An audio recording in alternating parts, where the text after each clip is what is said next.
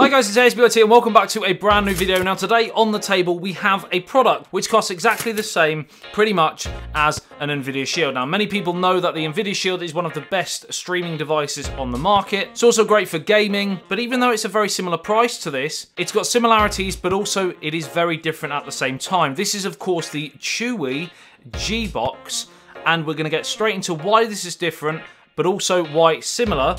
And then in terms of the price, how do the specs stack up? So without further ado, let's get straight to it.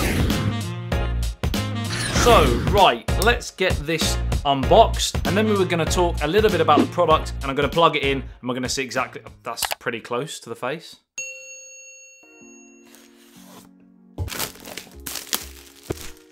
Right, first layer done.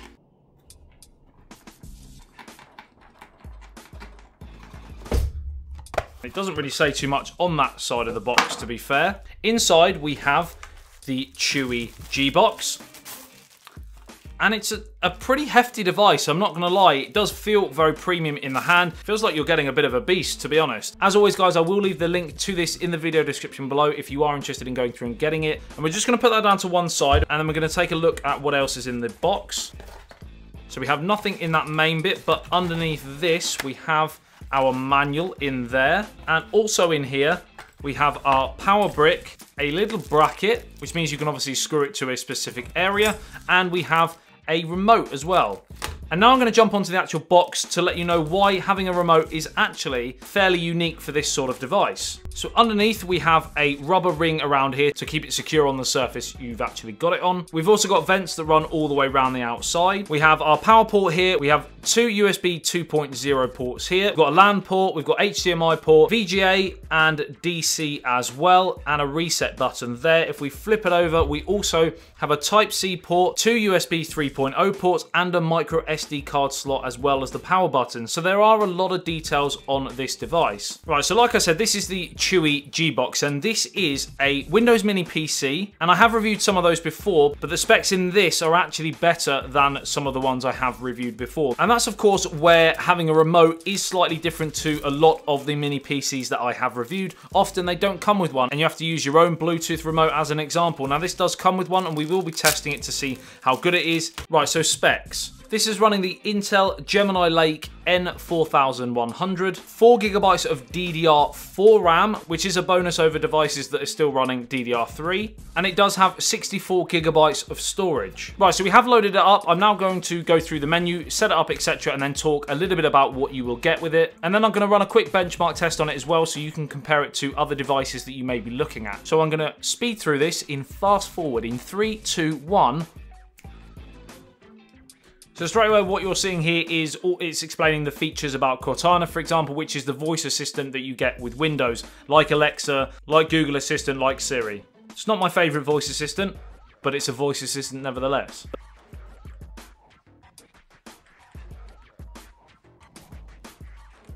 And we're done. Now, first thing to note, I did try using this remote and it's average. It does what an IR Blaster remote would do. I would recommend getting your own Bluetooth or any wireless remote that has an air mouse, for example, like this one. It's just so much easier than using just the standard remotes you get with most devices. And this one's also got a keyboard on the back, which again, some do. I will leave a link to this one in the video description below if you are interested, but there are plenty of remotes like this that do a very similar job. So as you can see, it's set up like a computer. I have reviewed mini PCs on this channel before, but basically it allows you to have a computer, but in a very small form factor, so you don't have to have a laptop, you don't have to have a desktop. So it is a lot more portable as well, so you can take it into the office, or if you're going away for the weekend, you can take your computer with you, and as well, it doubles up, like I said, as a gaming and streaming device. So as an example, you can go to the Windows Store and you can download loads of different Windows games, streaming apps, like Kodi as an example, Plex, and you can use it as a streaming device. You can also download emulators like BlueStacks and Nox, and there's even a films and TV tab on the store where you can obviously rent films and stuff like that if you want to. But we've also got a gaming section, so you can download loads of different Windows games, and like we've done with this, you can also go and get like a Bluetooth gaming pad as well that's compatible. Then you've got your own Windows gaming console as well. There are some free games, there are also some paid games, and you can either buy or redeem with a code. Right, so I'm now going to quickly download the Geekbench app. You've obviously also got Internet Explorer, which is down the bottom here, but you can download different internet browsers yourself. Right, so we're running the test now, and I'll get back to you in 2 seconds, swearing, with the results. Right, so there you have it. We've got a single core score of 1,428 and a multi-core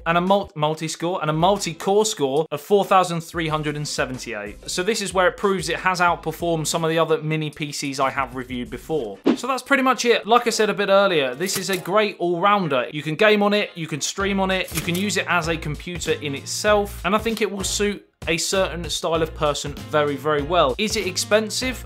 It depends what you actually use it for. If you literally just want it for streaming, it's expensive. If you literally just want to use it for gaming, it's expensive. If you just want to use it as a computer, it's not really that expensive, but at the same time, you can buy laptops, for example, that are around just under £200 that may have slightly better specs. But all in one, I think this is a pretty decent device. Right, so that is it, guys. This is where you come in. What do you think of the Chuwi GBox? Is it something you are interested in, i.e. a computer, gaming, and streaming device all in one, or would you prefer to have sort of 3 separate devices? Also, let me know what you think of the price. Do you think for what this delivers and what you can actually do with it, do you think it warrants that sort of price? Would you prefer to buy an NVIDIA Shield, for example, for that sort of money, even though you don't get the sort of PC aspect to it, because you might get slightly favorable performance in gaming, for example, or streaming? Like I said at the beginning, if you are interested in buying it, I will leave the link to this in the video description below and as a pinned comment, so you can go through and get it if you so wish, or if you just want to go through to the website and actually look at it in more detail. Like and share if you did enjoy this video and found it helpful. Subscribe and hit that little notification bell if you love everything tech and want to see pretty much daily content on this channel. I love you and leave you. I'll see you in the next one. Say ASBYT. Peace out.